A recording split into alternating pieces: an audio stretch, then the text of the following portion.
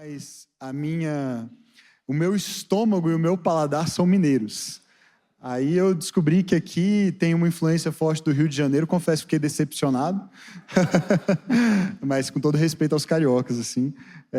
Mas que alegria, estou sendo muito bem alimentado aqui e muito bem acolhido pelo pastor Rafael, toda a equipe da Igreja do Amanhã. Obrigado pelo convite. E é uma honra para mim participar desse momento que eu creio que marca o início de um tempo muito frutífero, não apenas para as igrejas aqui de Juiz de Fora, mas de toda a região e, por que não, de todo o nosso país, porque aquilo que está sendo planejado, sonhado pela Igreja do Amanhã tem o potencial de abençoar pastores, líderes, a igreja brasileira de uma maneira tremenda. Então eu estou muito honrado, muito feliz de fazer parte de alguma maneira do início dessa história, né? Na vinheta aí vocês ouviram um pouquinho a meu respeito. O mais importante sobre mim é que eu sou marido da Andressa, pai do Rafael e do Thomas, dois meninos extremamente inteligentes, simpáticos, bonitos, porque puxaram a mãe, e ativos, né? Então, nossa vida é bem cheia de energia, de animação. Segunda-feira, o meu mais novo, o Thomas, faz 4 anos, e ele está empolgadíssimo, porque ele acha que eu vou levar um doce para ele da viagem. Então, o que ele mais gosta é de comer. Eu comprei um carrinho, eu acho que ele vai ficar decepcionado. No aeroporto, eu comprei um carrinho, e eu acho que ele vai ficar decepcionado. Eu tenho que achar uma bala para levar para ele, pelo menos, um bombom, até segunda-feira. E meus filhos são uma bênção, e eles me ensinam muito a buscar viver uma vida mais simples. Não sei se você já reparou nisso, principalmente se você é pai ou mãe. As crianças têm essa habilidade de fazer a gente voltar para o que é mais simples, para o que é mais comum, para o que é mais presente. Eles não têm esse olhar ansioso a respeito da vida que nós adultos, especialmente nessa geração, costumamos desenvolver, né? A gente está tão preocupado às vezes com o amanhã, e é curioso que o nome do movimento é Igreja do Amanhã, mas não é para estimular nenhum tipo de ansiedade, né? Mas às vezes na nossa vida cotidiana a gente fica tão ansioso a respeito do futuro que a gente perde o olhar para o presente, a sensibilidade para o momento presente, a sacralidade do momento presente. E a criança tem essa capacidade de nos fazer voltar para o que é simples, porque ela está preocupada com a brincadeira que está acontecendo agora, com o que ela quer comer agora, com o que está acontecendo naquele momento. Ela não tem a capacidade de ficar ansiosa a respeito do futuro. Isso vai chegando com o tempo, né? Então, a gente vai falar hoje sobre esse tema de simplicidade. Simples sem ser simplista é a proposta do fórum, e eu espero poder contribuir de alguma maneira com os irmãos e com uma reflexão que abençoe suas igrejas, seus ministérios, também suas vidas particulares, suas famílias. Amém? Antes só de entrarmos na mensagem de hoje, eu queria mencionar que eu escrevi 2 livros e eu trouxe alguns exemplares, eles estão disponíveis ali fora. Depois, ao final, se você quiser dar uma olhada, um deles talvez já tenha até acabado, porque eu tinha pouquíssimos exemplares. É um livro que eu escrevi alguns anos atrás, 2019, chamado Semelhança, Ser Como Jesus É, para fazer o que Jesus fez. E é um livro que fala sobre o processo de formação espiritual, e eu vou tocar em alguns pontos a respeito disso na mensagem de hoje. Eu tinha poucos exemplares, então não sei se ainda tem algum, mas você encontra na Amazon, nas livrarias aí. E o segundo livro você só vai encontrar aqui, ou se você me pedir para enviar para você, ou num site específico da editora Mesa Preparada, mas é um livro chamado Uma Breve História da Escuridão. E esse livro é fruto de um processo que eu vivi durante a pandemia de depressão, e nesse tempo, no ano de 2020, entrando um pouquinho em 2021 também, todas as vezes que eu buscava na palavra de Deus algum tipo de consolo, de encorajamento, de fortalecimento para o que eu estava vivendo nas minhas emoções, eu creio que era o Espírito Santo que me direcionava a buscar textos bíblicos que falam sobre trevas, sobre escuridão, porque a imagem que eu tinha é de que eu estava debaixo de uma grande nuvem, bem escura, bem sombria, e não importava muito o que eu fizesse, essa nuvem não saía dali, ela permanecia sobre mim. E Deus me levou a uma descoberta maravilhosa a partir da Escritura, é que há muitos e muitos textos e passagens nas Escrituras a respeito das trevas e do seu poder, mas há também um discurso unânime nos autores bíblicos de que a luz sempre prevalece sobre as trevas. Amém? E isso trouxe esperança para o meu coração, e a partir dessa compreensão, então, eu escolhi 21 textos bíblicos que falam sobre trevas e eu escrevi 21 textos devocionais para uma jornada de 3 semanas, de 21 dias, pensado especificamente para pessoas que estão sofrendo, seja também com depressão, algum tipo de ansiedade, algum luto, alguma enfermidade, passando por uma circunstância difícil na vida ou na família, e esse livro é pensado para essas pessoas, para ajudá-las ao longo desses 21 dias, com reflexões, orações, práticas sugeridas, a ver a luz voltar a brilhar. Então, se é o seu caso, ou se é o caso de alguém na sua família, ou de alguém que você conhece, que poderia ser abençoado por essa leitura, depois passa ali, dá uma conferida, tá bom? Nesse livro que eu creio que pode abençoar você. Queridos, nessa conversa de hoje, a respeito desse tema de simplicidade, eu queria começar fazendo uma espécie de enquete aqui, para ver como é que estão os seus conhecimentos gerais a respeito de coisas absolutamente inúteis. E para isso, a pergunta que eu quero fazer, para você interagir comigo, é se você sabe quem são as pessoas mais seguidas do mundo, ok? Nós vivemos num tempo em que o valor das pessoas é muitas vezes medido pelo número de seguidores que essas pessoas têm. E a gente tem várias redes sociais, algumas mais populares do que outras, mas muitos ambientes virtuais onde o valor das pessoas é medido dessa maneira. Quantos seguidores essa pessoa tem. Então vamos começar com uma das redes mais conhecidas, que é o Instagram. Vou fazer uma pergunta rápida. Quem aqui tem uma conta no Instagram, pessoal ou profissional? Ok, quase todos, certo? Tem algumas exceções. Parabéns a você que está fora desse ambiente. Você provavelmente é mais saudável do que todos os demais de nós. Mas existe uma pessoa que é a campeã mundial em número de seguidores do Instagram. E alguém sabe quem é? Já colocaram. Então, você já sabe quem é. Obrigado, Pablo. Essa pessoa é o Cristiano Ronaldo, jogador de futebol já veterano, né? Fim de carreira, mas extremamente popular. 654 milhões de seguidores ele tem no Instagram, fora outras contas de redes sociais. Vamos para o YouTube, e aí tem os canais lá no YouTube, é uma rede extremamente popular também, e talvez você não conheça esse ainda, mas esse é o MrBeast. Ele faz uma série de vídeos e produz vários conteúdos. Ele é o youtuber com o maior número de seguidores, 398 milhões. Talvez seja a pessoa mais famosa de quem você nunca ouviu falar, né? Que exista no mundo. No X, que eu ainda não me acostumei a chamar de X, eu gostava muito mais quando chamava Twitter, né? Curiosamente, a pessoa com mais seguidores no X é o dono do X, né? E é o Elon Musk, que é o dono de várias outras empresas impressionantes de tecnologia, Tesla, SpaceX, coisas impressionantes. Está levando todo mundo para Marte em breve.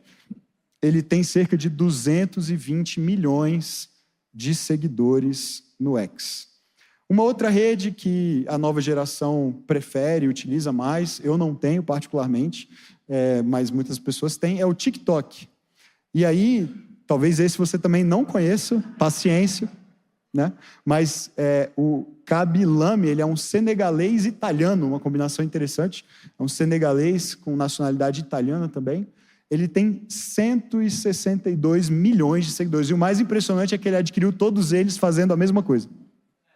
Ele faz basicamente só isso, ele reage a várias situações da vida comum com essa reação assim, e provocando uma reflexão sobre simplicidade. Porque ele olha para uma situação em que as pessoas estão tentando resolver um problema de uma maneira muito complexa e ele demonstra que aquilo poderia ser resolvido de uma maneira muito simples, e aí ele faz essa carinha simpática que conquistou o mundo. Queridos, somando tudo isso, se você fizesse uma conta rápida e somasse todos esses números, pegando só os principais influenciadores de cada uma dessas redes, a gente chegaria a um número aproximado de pouco mais de 1,5 bilhão de seguidores para essas 4 pessoas. 4 pessoas somadas têm, só nessas redes, onde elas têm mais seguidores, mais de 1,5 bilhão de pessoas que as seguem. Mas o curioso é que essas pessoas não são as pessoas mais seguidas do mundo. Existe uma pessoa que é mais seguida do que todas essas pessoas somadas e por uma margem bem grande de distância. Alguém chuta quem é? Pode colocar aí pra gente, Pablo. Uma dica. É o ator do The Chosen. Não, brincadeira. Jesus tem hoje no mundo cerca de 2,4 bilhões de seguidores. É praticamente 1 bilhão a mais do que aqueles outros somados. É impressionante. Esses são só os seguidores vivos dele, sem contar, ao longo da história dos últimos 2.000 anos, a quantidade de outros seguidores também desse mesmo Jesus. Agora veja só que curioso, reflita comigo a respeito disso. Embora Jesus tenha tantos seguidores e muito mais seguidores do que todos esses outros influenciadores do nosso tempo, veja se você concorda com isso. Há muito mais pessoas tentando se tornar o próximo influenciador digital, o próximo youtuber de sucesso, o próximo jogador de futebol de sucesso. Muito mais pessoas empenhadas em se tornar isso do que em se tornarem parecidas com Jesus. É ou não é verdade? E curiosamente, dentro das igrejas, dentro desse universo de cerca de 2,5 bilhões de cristãos, eu suspeito, eu não fiz essa pesquisa, mas eu suspeito que existam mais pessoas, mais cristãos, empenhados em se tornarem parecidos com esses ou outros influenciadores de sucesso do nosso tempo e da nossa cultura, do que efetivamente semelhantes ao mestre que afirmam seguir. Parece que há um descompasso, não é verdade? Parece que em algum ponto nós nos perdemos, porque veja só que interessante, em nossa cultura e na cultura cristã das nossas igrejas hoje, é possível, aparentemente, seguir Jesus sem se tornar como Jesus. E mais, em nossa cultura é possível, aparentemente, ser um cristão, mas não ser um discípulo. Quando, na verdade, queridos, o chamado de Jesus sempre foi para sermos o quê? Discípulos. Toda a ênfase do Novo Testamento é nesse sentido. A palavra cristão aparece 3 vezes em todo o Novo Testamento, 3 vezes. Enquanto a palavra discípulo, mais de 200. O Novo Testamento está muito mais empenhado em demonstrar o chamado de Jesus para o discipulado, para o seguirmos como aprendizes, do que um convite para sermos apenas cristãos. Pessoas que, num censo do IBGE, a respeito de sua religião, marcam um X na opção cristão, mas que na prática estão sendo formados à imagem e semelhança de outros mestres, de outros influenciadores. Queridos, eu penso que é isso, entre outras coisas, mas talvez esse seja o cerne da questão, é isso que faz com que a missão da igreja nos pareça complexa e não simples. A missão da igreja nos parece complexa por quê? Porque nós, de fato, não sabemos o porquê de fazermos tudo o que estamos fazendo. Porque se a premissa para as pessoas que nós pastoreamos e lideramos é de que elas podem ser apenas cristãs, sem se tornarem efetivos discípulos, se essa é a questão, então nós nos vemos diante de um mar de opções a respeito do que a igreja pode ser, do que a igreja pode fazer. A igreja pode ser um ambiente de mero entretenimento para pessoas religiosas, um ambiente de algum tipo de encorajamento emocional, de uma mensagem de autoajuda, de uma mensagem de um tipo de conforto que a pessoa recebe no domingo para encarar a semana. Isso é muito diferente de ter como missão formar discípulos. É muito difícil pensar em simplicidade, em pensar em sermos igrejas simples sem sermos simplistas, se estivermos perdidos e confusos a respeito de qual é a missão que nós estamos nos propondo a realizar, concorda?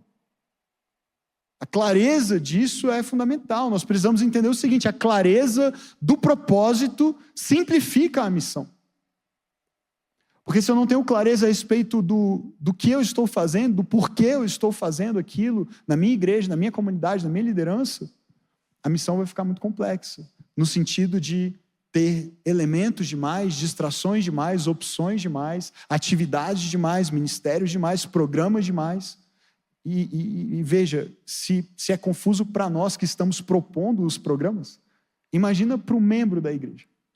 Imagina para um visitante que chega e diz: bom, eu quero conhecer mais a respeito de Jesus. Qual é o caminho para isso? Será que nós sabemos responder com clareza? Será que nós sabemos propor com clareza passos que conduzam esse novo convertido ou esse curioso, esse interessado na fé, que o conduzam a um relacionamento com Jesus que seja, de fato, crescente, transformador para a sua vida? Se não está claro nem para nós que lideramos, como é que nós podemos esperar que haja clareza para aquelas pessoas que estão sendo convidadas a trilhar esse caminho? Veja, queridos, ter clareza a respeito do propósito não torna o cumprimento desse propósito fácil. Ser simples não é sinônimo de ser fácil. Viver o evangelho, viver a jornada de discipulado, viver a jornada de formação espiritual é extremamente difícil. Tão difícil que Jesus chama de morte. É assim que ele chama o processo. Quem quiser me seguir deve fazer o quê? Negar a si mesmo, tomar a sua cruz e então seguir. Em outras palavras, deve primeiro morrer. Como é que a gente pode esperar que isso seja um processo fácil? Não é, não será, jamais foi. Mas pode ser simples, o que não significa que seja fácil. Qual é então o porquê?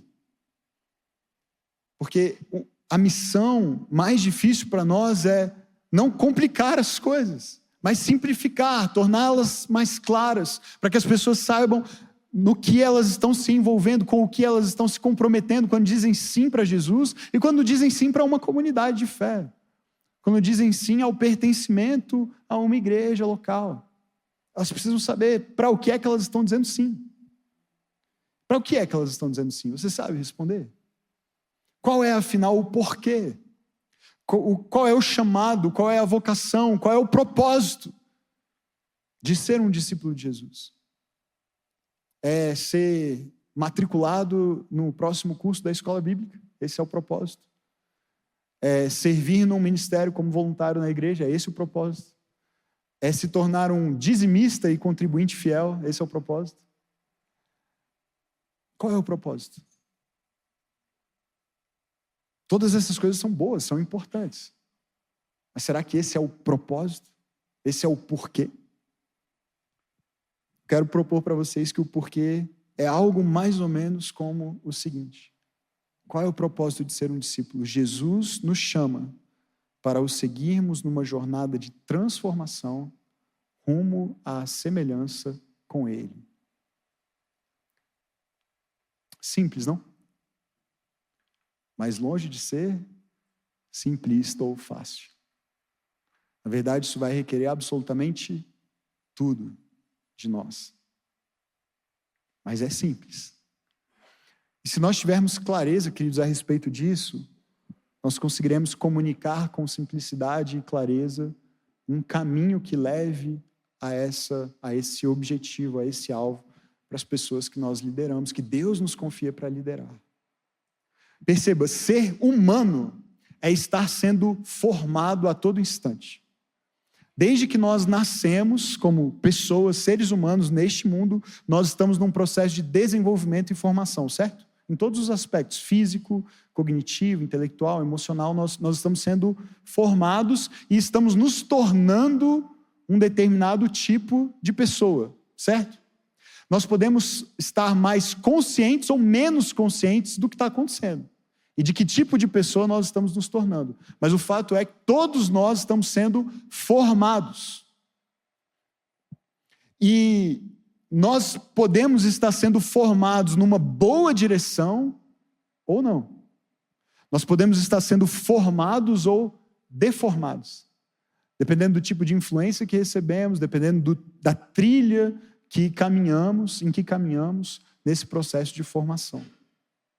Ser humano é estar sendo formado. Isso significa, preste atenção, que todos nós somos discípulos. A questão não é se aquela pessoa que chegou agora na sua igreja, ou um colega de trabalho que nem conhece Jesus ainda, se ele é um discípulo ou não. A questão é de quem ele é um discípulo. Porque discípulos todos somos, conscientes ou inconscientes disso. Nós estamos sendo moldados à imagem e semelhança de algo ou de alguém.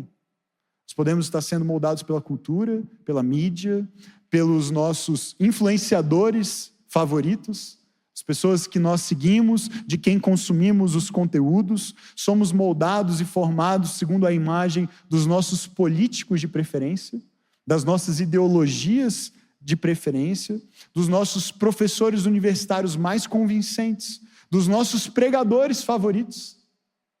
E para os pastores e pregadores que estão aqui nessa noite, deixa eu te contar um segredo. Os pregadores favoritos dos membros das nossas igrejas não somos nós. Eu sinto te desapontar. Porque eles ouvem pregadores melhores do que nós no YouTube, assistem e ouvem constantemente a outros que os influenciam provavelmente mais do que nós, porque eles ouvem no máximo um sermão nosso por semana.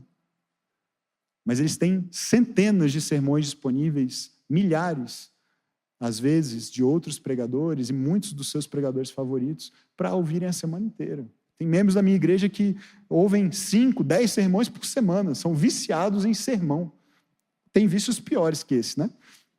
Mas eles ouvem, consomem conteúdos de outros teólogos, de outros pastores e criticam os meus sermões comparando-os aos sermões dos seus pregadores favoritos.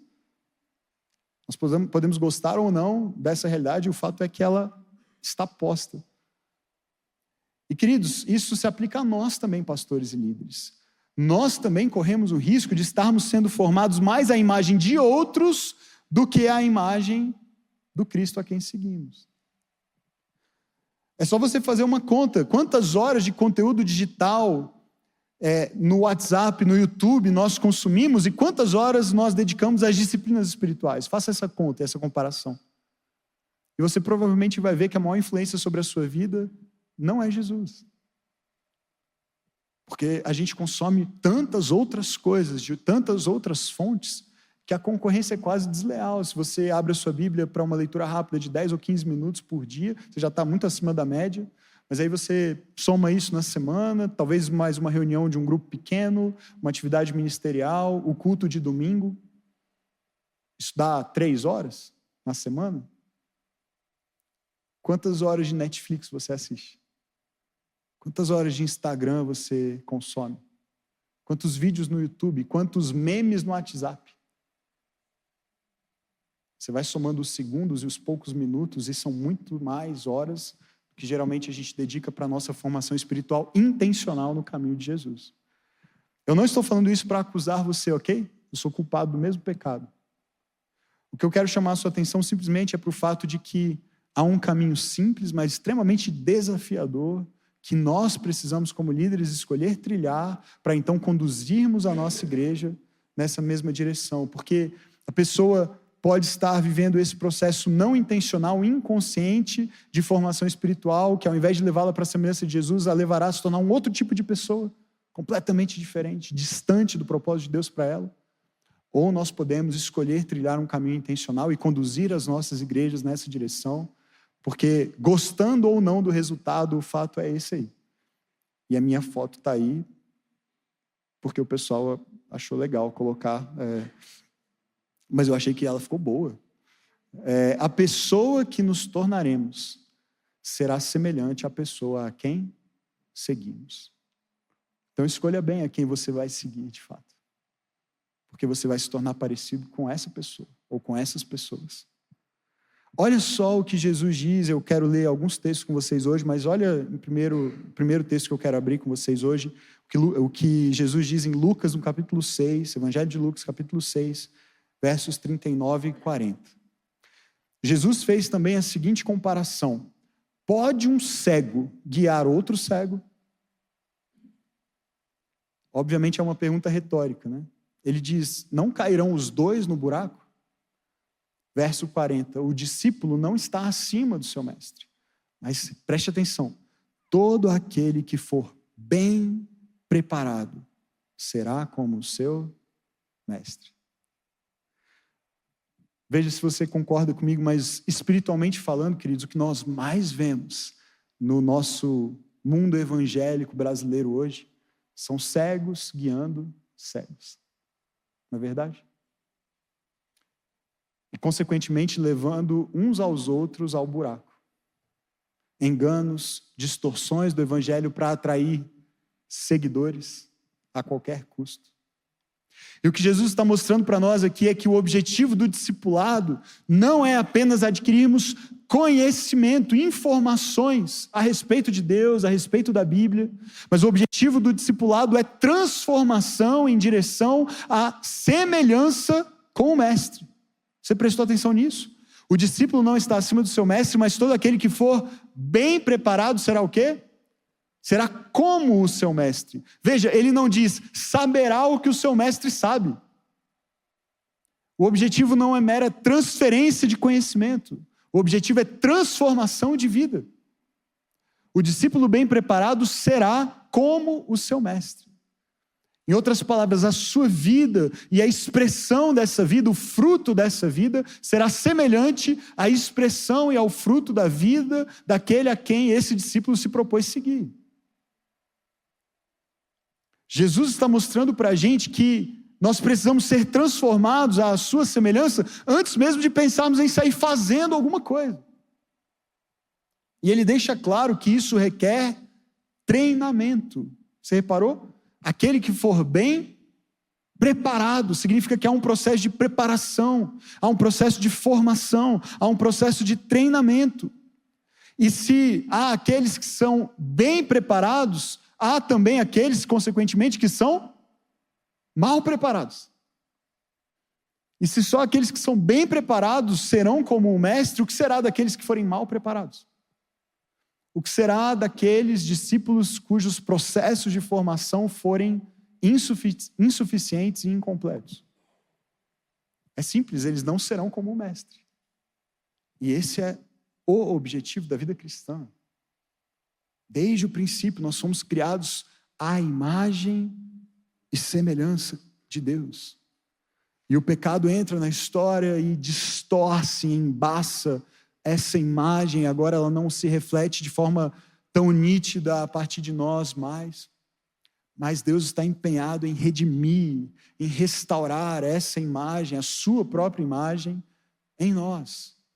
E Jesus vem como a imagem do Deus invisível, encarnado, essa glória de Deus que nós pudemos ver, contemplar, como diz o apóstolo João no seu evangelho. E ele vem para fazer isso, para que por meio da fé nele, de um relacionamento com ele, de uma caminhada intencional, da prática do seu caminho, nós fôssemos gradativamente transformados para voltar a refletir para o mundo essa imagem que Deus colocou em nós e que o pecado distorceu. Mas, queridos, esse processo é um processo de treinamento, ele leva tempo, e há diferentes estágios nesse treinamento pelos quais nós teremos de passar, porque se o alvo é Cristo, se o alvo é semelhança com Jesus, talvez você concorde comigo, eu estou bem distante de você, de chegar lá. Por mais tempo de caminhada que já tenhamos, por mais que já sejamos líderes, pastores, responsáveis por levar outros e conduzir outros nesse mesmo processo, puxa, como na minha vida há tantas coisas ainda que precisam ser transformadas para que eu me pareça mais com Cristo. Provavelmente você concorda que na sua vida também, na verdade. Quando a gente olha para Jesus como modelo, como alvo, eu estou tão longe dele. Eu preciso tanto da graça e da misericórdia dele, do seu Espírito agindo na minha vida para me transformar.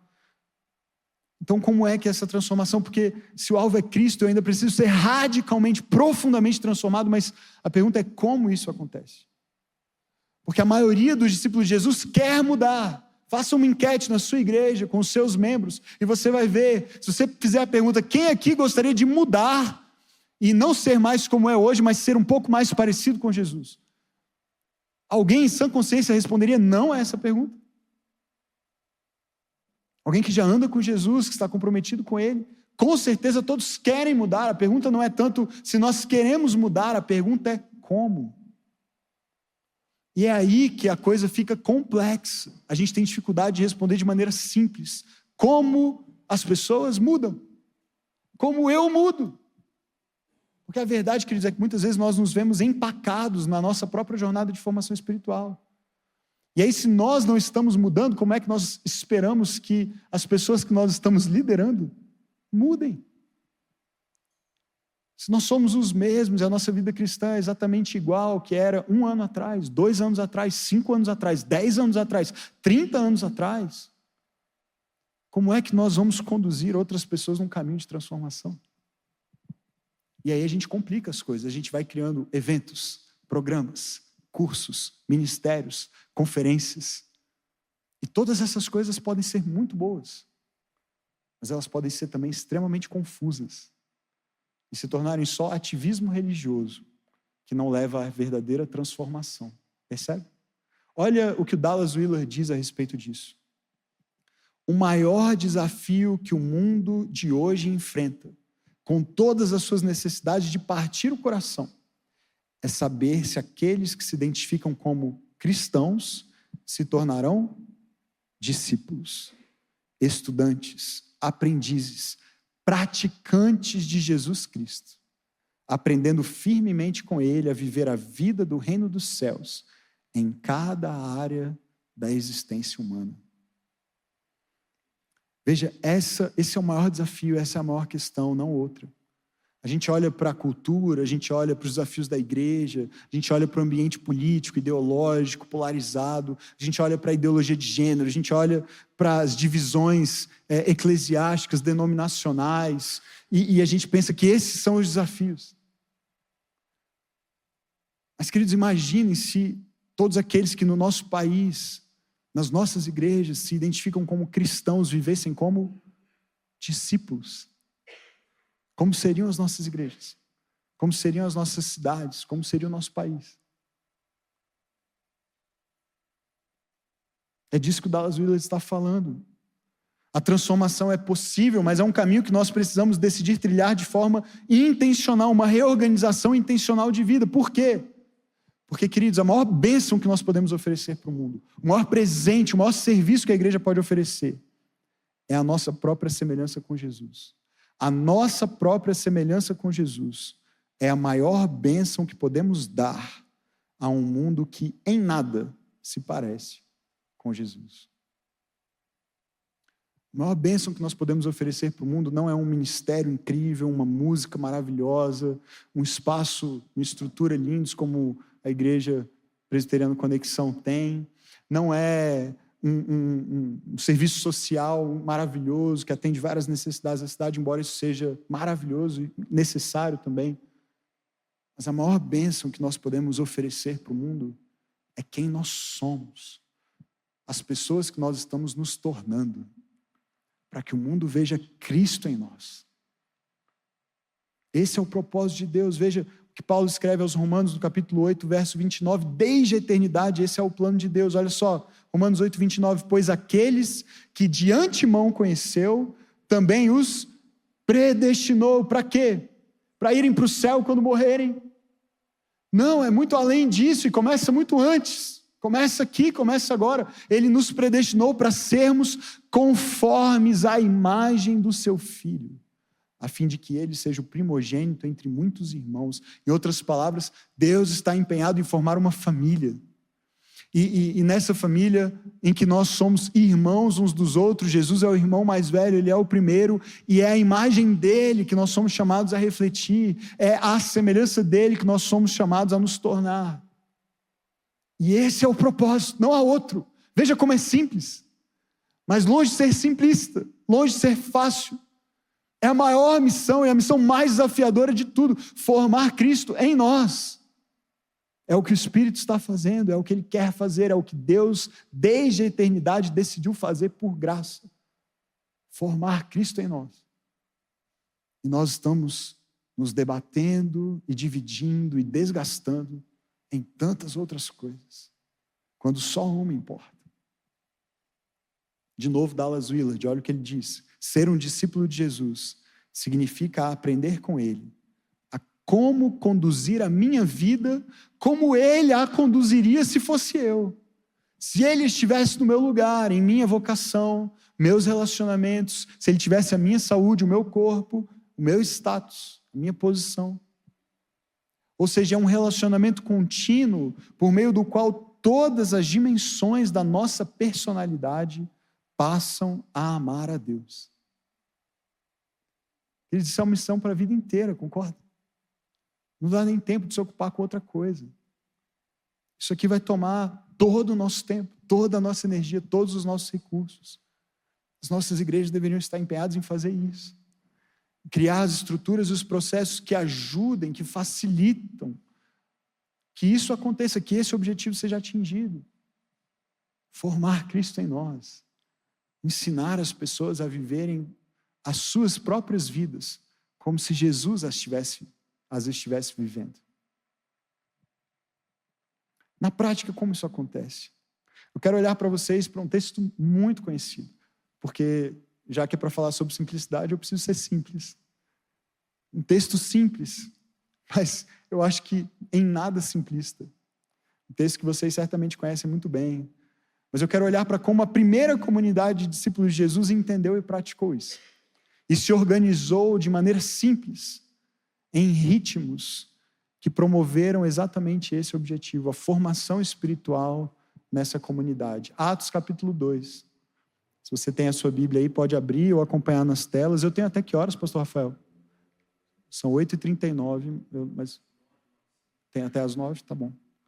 Eu vou correr aqui, gente, porque eu me delonguei muito na introdução aqui. Isso tudo foi a introdução da mensagem, tá bom? Eu achei que a gente ia até meia-noite, não sei porquê. Vocês estão comigo? Estão acordados? Amém? Vamos para Atos capítulo 2, de 41 a 47. Eu vim de Brasília, então eu tenho crédito para falar muito, porque eu viajei bastante. Atos capítulo 2, 41 a 47, diz assim a palavra de Deus. Os que aceitaram a mensagem foram batizados e naquele dia houve um acréscimo de cerca de 3.000 pessoas. Consegue imaginar isso? Num dia, uma igreja cresce para 3.000 pessoas, eram cerca de 120 no Pentecostes, então é um crescimento assustador, certo? Mas naquele dia houve isso. Eles se dedicavam, então, perceba, essa igreja se formou e ela já é enorme, e agora eles têm que aprender a viver. Esse povo não sabe seguir a Jesus, eles não sabem o que significa ser um discípulo de Jesus, eles vão ter que aprender a reorganizar a vida em torno desse objetivo. Então, o que eles faziam? Eles se dedicavam ao ensino dos apóstolos e à comunhão, ao partir do pão e às orações. Simples ou não? Simples, né? Todos estavam cheios de temor e muitas maravilhas e sinais eram feitos pelos apóstolos. Todos os que criam mantinham-se unidos, tinham tudo em comum. Era simples, é tudo nosso. Vendendo suas propriedades e bens, distribuíam a cada um conforme o quê? Conforme a sua? Simples, conforme a sua necessidade. Tem alguém precisando, a gente entrega. Simples. Todos os dias continuavam a reunir-se no pátio do templo, partiam o pão em suas casas e juntos participavam das refeições com alegria e sinceridade de coração, louvando a Deus e tendo a simpatia de todo o povo. E o Senhor lhes acrescentava todos os dias os que iam sendo salvos. Já lemos tantas vezes esse texto e continua impressionando, não é mesmo? Porque é complexo? Não, porque é tão simples que parece utópico, concorda? É tão simples que quase não parece real, não é mesmo? A gente olha para isso e fala, gente, mas é simples demais. Não é possível que é só isso. É tão simples que parece utópico. E eu fico olhando para isso, queridos, e sendo confrontado pelo Espírito diante da complexidade do que se tornou a nossa igreja lá em Brasília hoje, do tamanho que as coisas adquiriram, da gestão financeira necessária, dos recursos, do prédio, do telão e do ar-condicionado e da transmissão online. E eu olho para tudo aquilo e tudo isso é maravilhoso, é uma bênção, vem de Deus, glorifica a Deus, abençoa a igreja. Mas eu olho para tudo isso e eu penso só, talvez na proporção dos investimentos, o quanto nós temos investido em programas, ministérios, conferências, eventos. E olha a minha hipocrisia, eu estou pregando num evento maravilhoso, uma bênção. Não eu estou criticando isso, me entenda bem. Mas eu fico pensando o quanto nós temos investido em inovações estéticas e tecnológicas. E o quanto todos esses esforços desgastantes e dispendiosos têm produzido de efetiva transformação e gerado semelhança real com Jesus na vida dos membros das nossas igrejas e, principalmente, as nossas próprias vidas. Porque, queridos, se esses instrumentos maravilhosos e recursos maravilhosos que Deus colocou à nossa disposição não servirem a esse propósito, aí sim eles são um problema. Porque eles são um meio, não são um fim. Eles precisam simplificar e não complicar as coisas. A tecnologia existe para simplificar a nossa vida. Você concorda que muitas vezes ela complica? Nós nos tornamos reféns e escravos das telas, e aí usamos para nos comparar com o que outros estão fazendo. Isso tira o nosso foco e a nossa energia daquilo que Deus nos chamou para fazer.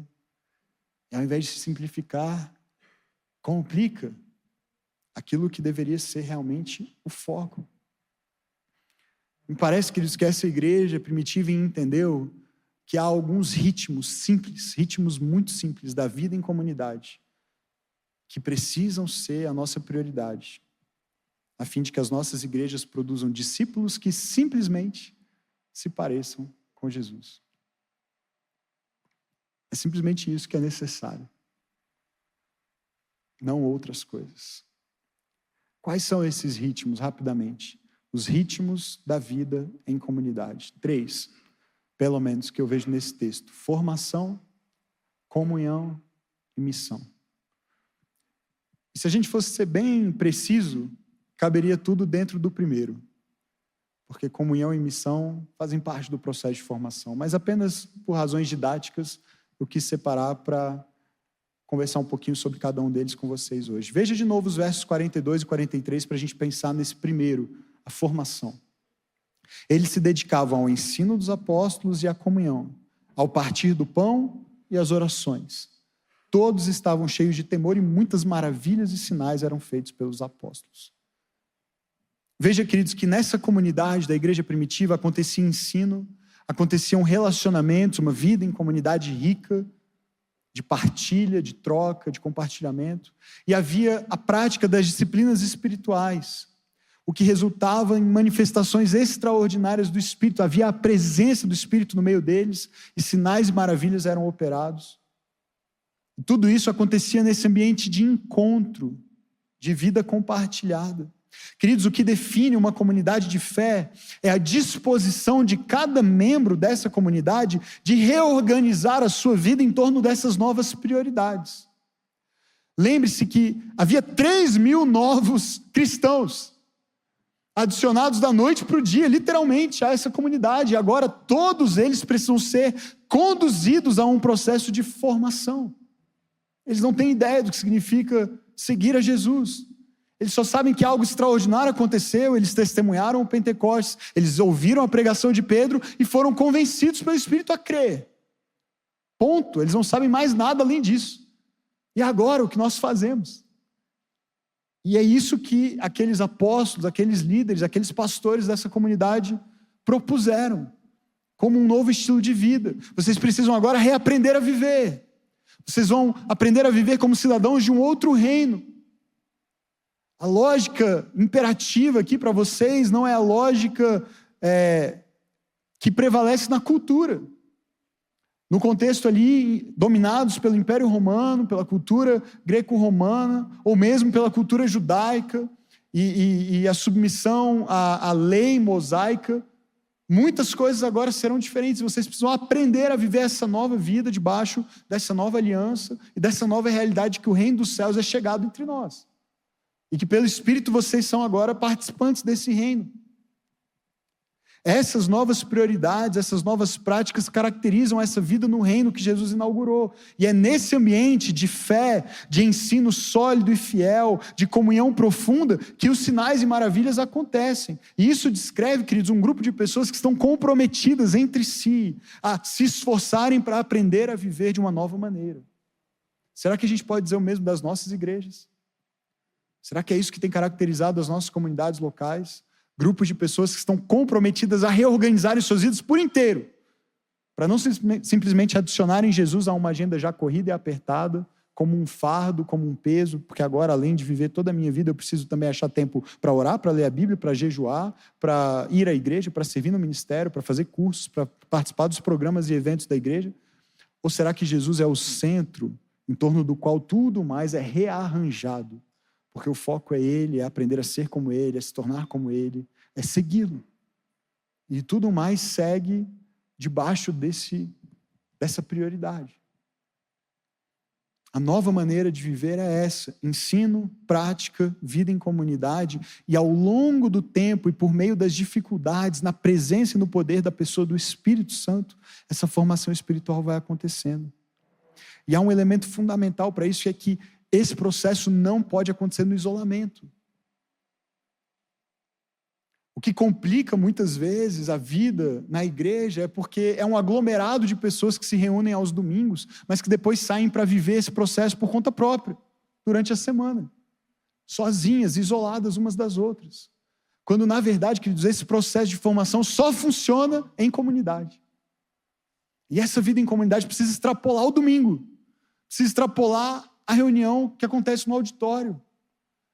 As pessoas precisam olhar umas para as outras e compartilhar a vida umas com as outras. Olha só o que o James Bryan Smith diz. Ele tem uma trilogia maravilhosa sobre formação espiritual, chamada A Maravilhosa e Boa Vida, O Maravilhoso e Bom Deus e A Maravilhosa e Boa Comunidade. Editora Vida. Recomendo a leitura para vocês. Olha só o que ele diz: eu preciso ser lembrado e preciso de uma comunidade em torno de mim para me fazer lembrar quem e de quem eu sou e o que isso representa para a minha vida diária.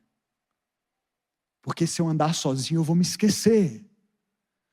E eu vou negligenciar essa nova identidade que eu recebi de Cristo. E que o Espírito deseja continuar forjando em mim. Porque Ele usa pessoas para fazer isso. Ele usa uma comunidade. Sem a comunidade, eu inevitavelmente me esquecerei. E tornarei a viver como se eu fosse deste mundo, como se eu servisse aos reinos daqui, como se eu vivesse segundo os valores daqui, como se eu fosse o Senhor da minha própria vida. E é muitas vezes, queridos, no ambiente desconfortável da comunidade, cercado de pessoas diferentes de mim em muitos aspectos, que isso melhor acontece. Nós precisamos estar perto uns dos outros para compartilhar a vida de modo significativo, mas também perto de pessoas significativamente diferentes de nós, para sermos formados à imagem do Deus que nos fez, preste atenção, Ele nos fez significativamente diferentes uns dos outros. Eu fico muito feliz de participar de um encontro como esse, onde nós temos irmãos de diferentes denominações e tradições eclesiásticas juntos. A gente vive um tempo de tanta separação, de tanta divisão na igreja de Jesus. Qualquer assunto teológico secundário é o bastante para a gente considerar um ao outro herege, cancelar, descartar, deixar de seguir no Instagram, deixar de ouvir, deixar de amar. Queridos, mas como nós aprendemos uns com os outros, com as nossas diferentes expressões litúrgicas, com as nossas diferenças doutrinárias. Algumas disputas a gente só vai resolver do outro lado, na eternidade. Eu quero encorajar você a usar momentos como esse, que, por exemplo, a Igreja do Amanhã está promovendo, para fazer amigos que são diferentes de você, para conversar com pessoas que pensam diferente de você, que lideram igrejas diferentes da sua. E é isso que vai nos levar a crescer e nos parecermos mais com o nosso mestre, que, pasmem, não era presbiteriano, nem batista, nem assembleiano, mas cujo caminho é melhor refletido, é mais bem refletido quando a beleza de cada tradição é enfatizada e celebrada. É um caminho de formação, queridos, e ele é desconfortável muitas vezes. Ele é incômodo. Imagina aquela multidão de pessoas tão diferentes umas das outras. No grupo dos 12, as diferenças já eram tão acentuadas. Imagina quando agora são 3.000. E eles mantinham-se unidos e tinham tudo em comum, o que nos leva ao segundo ritmo. Formação, comunhão. Versos 44 a 46. Todos os que criam mantinham-se unidos e tinham tudo em comum. Vendendo suas propriedades e bens, distribuíam a cada um conforme a sua necessidade, e todos os dias continuavam a reunir-se no pátio do templo, e partiam o pão em suas casas, e juntos participavam das refeições com alegria e sinceridade de coração. Não sei você, mas eu cresci ouvindo sermões sobre isso, em que comunhão se limitava tão somente à parte do comer juntos, partir o pão. Então, quando a igreja vai fazer um evento de comunhão, o único pré-requisito é ter comida. Não é assim? Geralmente. Então, por que será que a gente pula a parte em que eles vendiam os bens e distribuíam segundo a necessidade? Por que a gente é tão seletivo no que diz respeito à nossa comunhão, não é mesmo? Eu acho, queridos, que é porque a gente não gosta tanto de pensar nas implicações da comunhão, nos pré-requisitos para a comunhão. Porque comunhão pressupõe compromisso.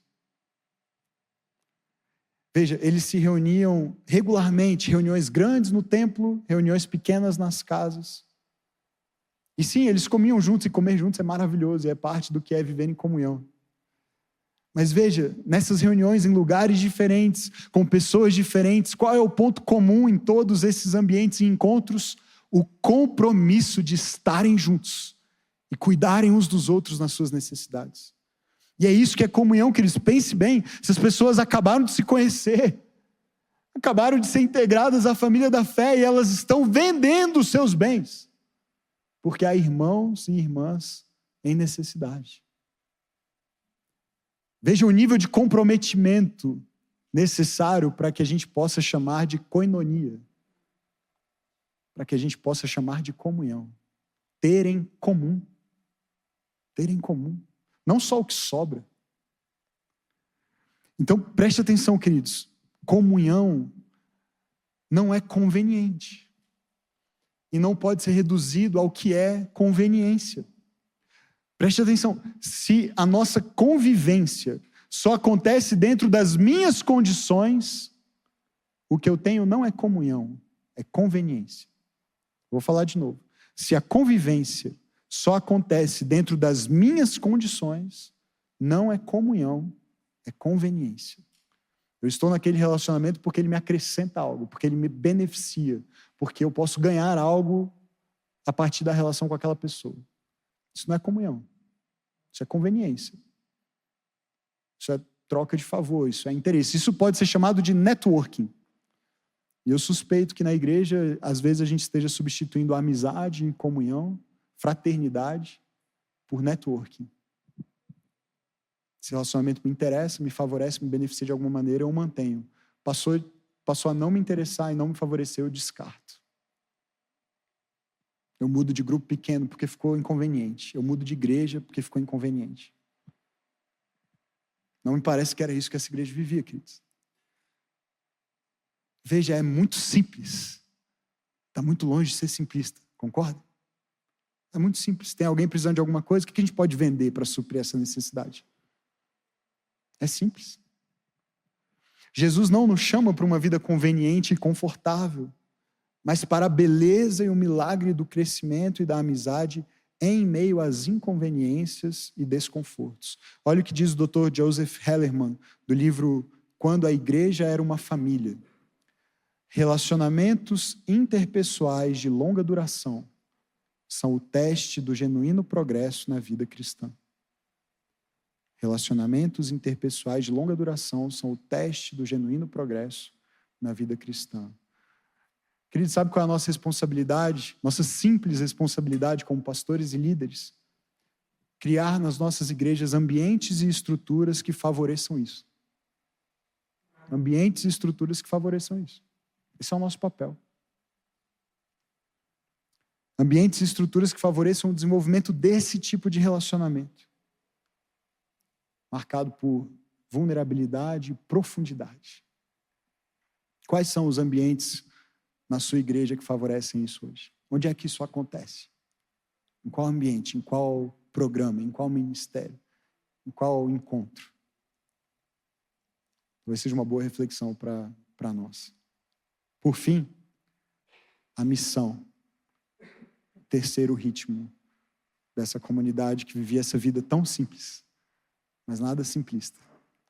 O verso 47 conclui dizendo, louvando a Deus, eles viviam, faziam tudo isso, louvando a Deus e tendo a simpatia de todo o povo, e o Senhor lhes acrescentava todos os dias os que iam sendo salvos. Perceba, queridos, não há registro aqui de nenhum evento espetacular que essa igreja se esforçava para promover, para atrair a atenção dos de fora. Concorda? O que está despertando a atenção das pessoas? Por que eles tinham a simpatia de todo o povo? E todos os dias, isso é incrível, todos os dias, pessoas novas eram acrescentadas a essa comunidade. O que está promovendo esse crescimento? Essas conversões? O tipo de vida que eles viviam. Simplesmente isso. Aquela igreja vivia um tipo de vida comunitária tão atraente e contagiante que todos os dias as pessoas eram atraídas a elas. Porque de alguma maneira eles estavam aprendendo com Jesus e os apóstolos a expressar o amor, a graça, a bondade de Deus na maneira como se relacionavam. E então pessoas eram atraídas a partir desse tipo de vida comunitária que aquela igreja vivia, desses ritmos simples de formação, de comunhão, e isso naturalmente conduzia ao quê? A missão. A alcançar pessoas novas com o evangelho.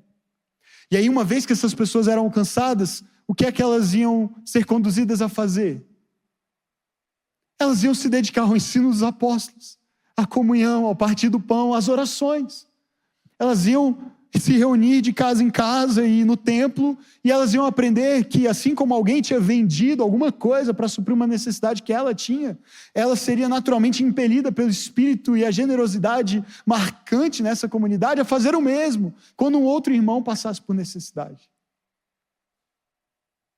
E nós vemos então, queridos, que a missão é parte da formação e também decorre da formação, percebe?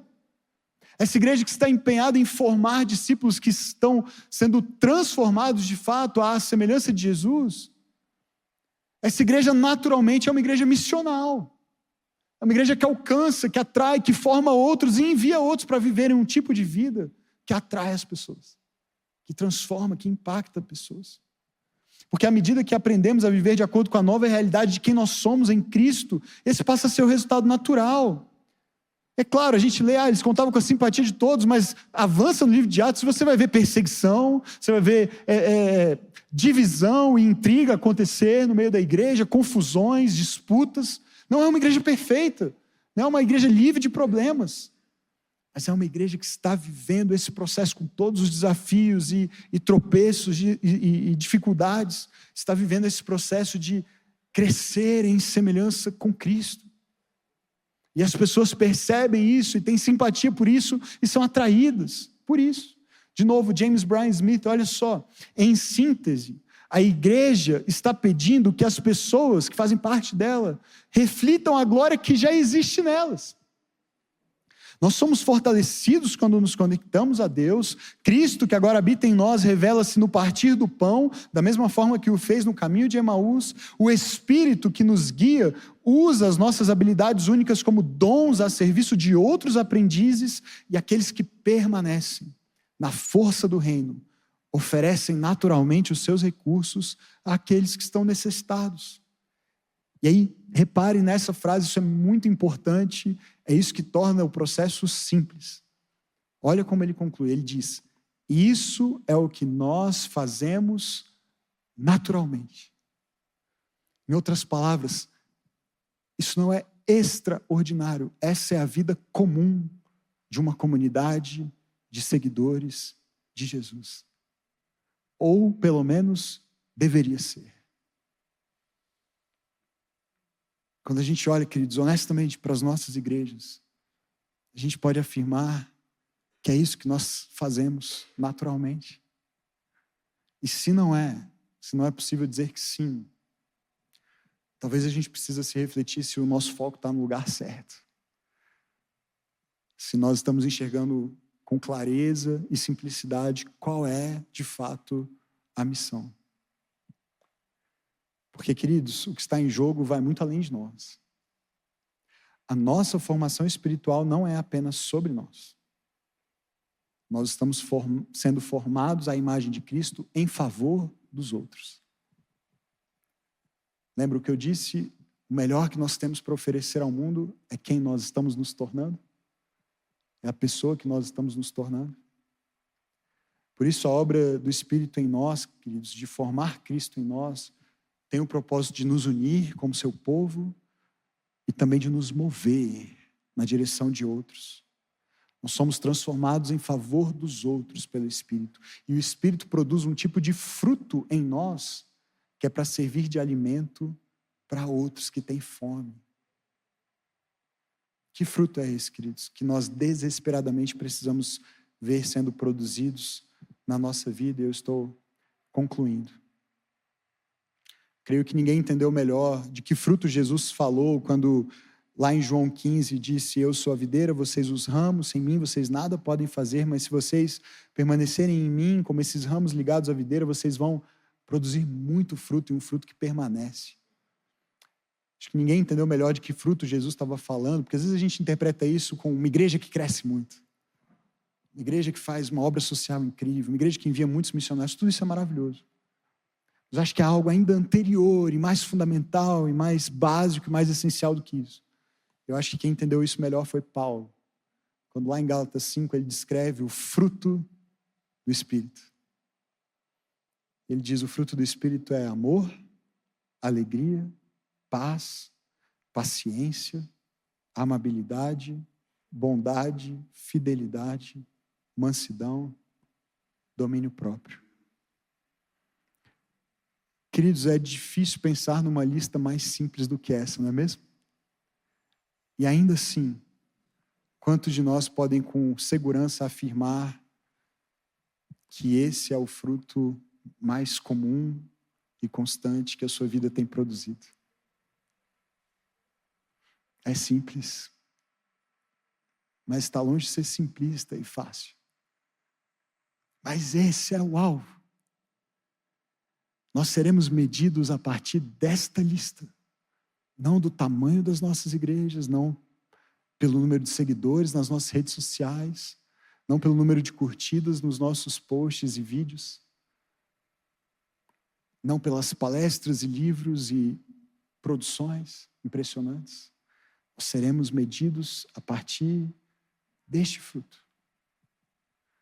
Nas palavras do pastor John Mark Comer, o nosso trabalho, quem faz a obra é o Espírito, o nosso trabalho, principalmente nos tornarmos disponíveis, é nos posicionarmos, reorganizando a nossa vida e, consequentemente, as nossas comunidades para dizer: faz a tua obra em nós, Espírito Santo, vem e faz a tua obra em nós. E eu termino com mais uma frase do Dallas Willard, não uma frase, uma citação longa, mas ele diz assim: existe um trabalho especial de evangelismo a ser feito, é claro, e há chamados especiais para ele. Mas preste atenção, se as pessoas nas igrejas estiverem realmente desfrutando a plenitude de vida, o evangelismo será inevitável e amplamente automático. A assembleia, a igreja local, por sua vez, pode então se tornar uma academia, uma escola, onde multidões de pessoas da comunidade ao seu redor virão para aprender a viver essa nova vida no reino. Ela será uma escola da vida. E somente tornando esse o nosso alvo imediato, poderemos cumprir a grande comissão. Eu quero ser parte de uma igreja assim. Se não hoje, amanhã. E você? Vamos orar? Deus amado, somos teu povo, tua igreja, carecemos tanto da tua misericórdia. Quando olhamos para a vida de Jesus, somos tão inspirados, mas ao mesmo tempo tão desafiados, Senhor. Estamos tão longe de refletir melhor, refletir bem, adequadamente o caráter de Cristo, as virtudes de Cristo, o amor de Cristo, a compaixão de Cristo, a intimidade com o Pai que Jesus demonstrou e tem. Eu estou tão longe, Senhor. Tem misericórdia de mim, Senhor. O Senhor tem nos confiado ministérios, igrejas, pessoas, para liderarmos, para ensinarmos, para conduzirmos. E essa é uma missão que está muito além de nós, muito além da nossa capacidade. Se o Senhor não fizer algo que só o Senhor pode fazer, nós estamos perdidos. E obrigado, Senhor, por mostrar que a missão é simples. Mas nós precisamos que o Senhor nos ajude, Senhor, a confiar em Ti mais, depender mais do Senhor. Porque essa missão é simples, mas ela nos custa tudo. Talvez alguns de nós estejamos falhando, Senhor, em nos distrairmos, perdermos o foco, complicarmos as coisas, nos desgastarmos com aquilo que não é tão importante assim, com as melhores intenções, perdendo de vista o alvo, Senhor, daquilo que o Senhor deseja realmente fazer em nós, em primeiro lugar, e também através de nós na vida dos nossos irmãos, dos membros das nossas comunidades. Nós queremos ver Cristo formado em nós. E eu peço, Deus, que nessa noite o Senhor gere no coração de cada um dos meus irmãos e irmãs aquilo que havia no coração de Paulo, que disse que sentia dores de parto até que Cristo fosse formado na igreja. Dá a nós essa mesma angústia santa, esse mesmo incômodo, para abrirmos mão de tudo mais que é secundário e periférico, se for necessário, mas não negligenciarmos aquilo que realmente importa, aquilo que o Senhor realmente está empenhado em fazer na tua igreja, formar o caráter de Cristo, a vida de Jesus, em cada um dos teus filhos. Dá-nos a graça de gastar as nossas vidas para esse objetivo e nada mais. Hoje, amanhã, até que sejamos a igreja que o Senhor deseja que sejamos, em nome de Jesus. Amém.